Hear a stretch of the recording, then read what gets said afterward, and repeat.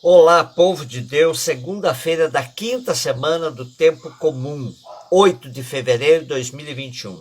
A nossa reflexão de hoje é a partir de Gênesis 1, de 1 a 19, e de Marcos 6, 53 e 56. Esse não é o único relato da criação que temos no livro de Gênesis, mas temos aqui sim um relato importante que serve para contar as histórias depois. Portanto, como não é histórico, porque ninguém estava lá para contar como que Deus criou o mundo, porque no princípio só era ele. Então, somente em chaves de leituras de mitos podemos entender bem esse relato da criação.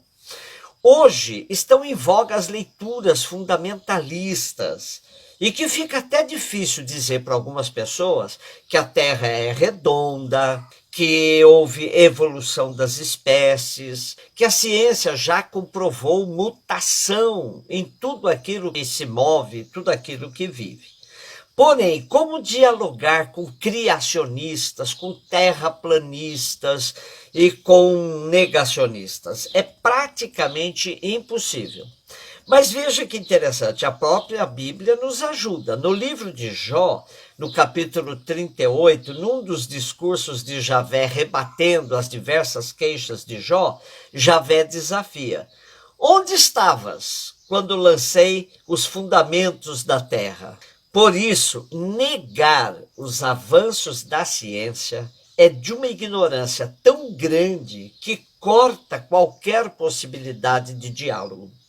Posto isso, vejamos uma leitura magnífica que descreve como um poema a ação de Deus Criador. Um refrão nos chama a atenção. Depois de cada obra criada, Deus viu que era bom. Esse é o refrão.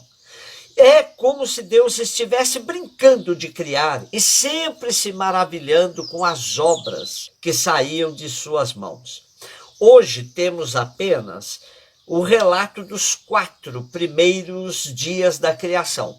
Mas já percebemos que o autor sagrado quer mesmo nos ajudar com todo o relato no entendimento de que no princípio de tudo o que há está à mão de Deus Criador. Portanto, as narrativas da criação que temos em Gênesis não são livro histórico e muito menos científico. Trata-se de teologia da mais alta qualidade para nos ajudar a termos Deus como nosso Criador universal. A Comissão Pontifícia Bíblica do Vaticano, já em tempos idos, nos alertou quanto os malefícios que o fundamentalismo faz a todos os que se servem dele para ler a Bíblia. Vejamos alguns trechos dessa alerta. A leitura fundamentalista parte do princípio de que a Bíblia, sendo palavra de Deus, inspirada e isenta de erro, deve ser lida e interpretada literalmente em todos os seus detalhes. Mas, por interpretação literal, ela entende uma interpretação primária, literalista, isto é, excluindo todo o esforço de compreensão da Bíblia que leve em conta seu crescimento histórico e seu desenvolvimento. Ela se opõe, assim, a qualquer método científico, histórico, crítico na leitura e interpretação da Sagrada Escritura. O fundamentalismo insiste também, de uma maneira indevida, sobre a inerrância dos detalhes nos textos bíblicos, especialmente em matéria de fatos históricos ou de pretensas verdades científicas.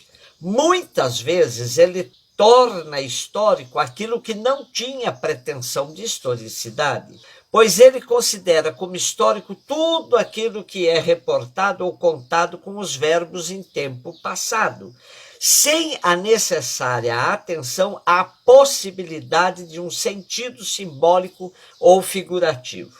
A abordagem fundamentalista, portanto, é perigosa, pois ela é atrasada atraente para pessoas que procuram respostas bíblicas para os seus problemas bíblicos, os seus problemas da vida. Procura resposta bíblica para os problemas da sua vida.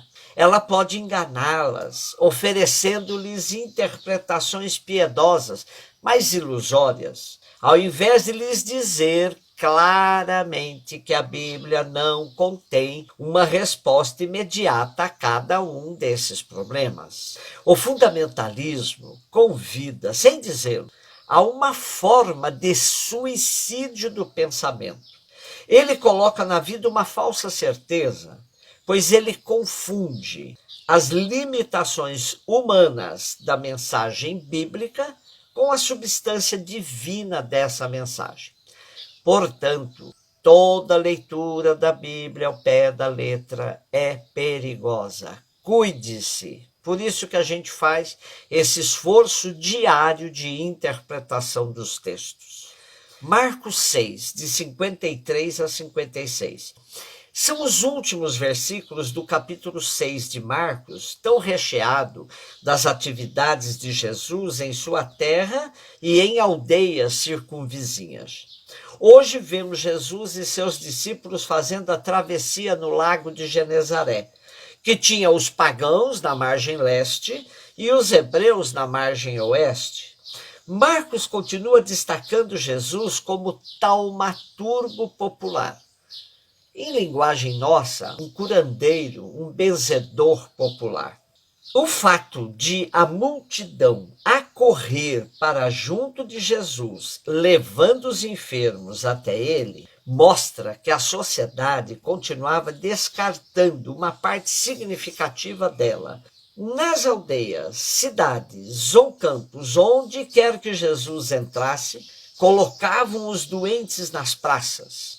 Sociedade enferma.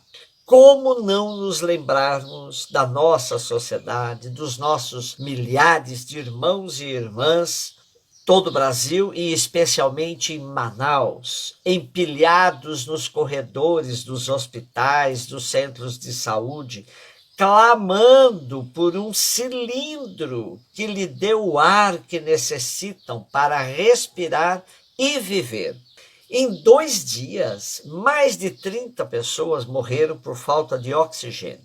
Enquanto isso, as lideranças políticas, celebrando toda a falcatrua nas eleições no Senado e na Câmara dos Deputados, fazendo festa, todo mundo sem máscara, dançando, bebendo, com dinheiro de quem? Às custas daquele povo que está morrendo por falta de cilindros de ar. Eles não estão nem se importando com o sofrimento alheio. Neste capítulo 6, a gente já viu, capítulo 6 de Marcos, a gente já viu Herodes fazendo banquete, com dança, pedido de cabeça de um profeta, um homem justo. Por outro lado, o povo continua buscando em Deus, em Jesus, a cura, enchendo as praças, enchendo os hospitais com seus enfermos. Hoje nós terminamos nossa reflexão rezando um salmo.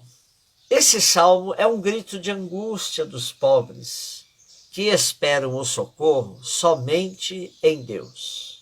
Livra-me, ó Deus, apressa-te, Senhor, a ajudar-me.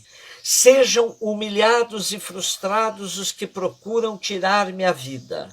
Retrocedam desprezados os que desejam a minha ruína. Retrocedam em desgraça os que zombam de mim.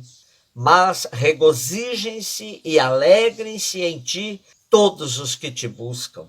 Digam sempre os que amam a tua salvação: como Deus é grande. Quanto a mim, sou pobre e necessitado. Apressa-te, ó Deus. Tu és o meu socorro e o meu libertador.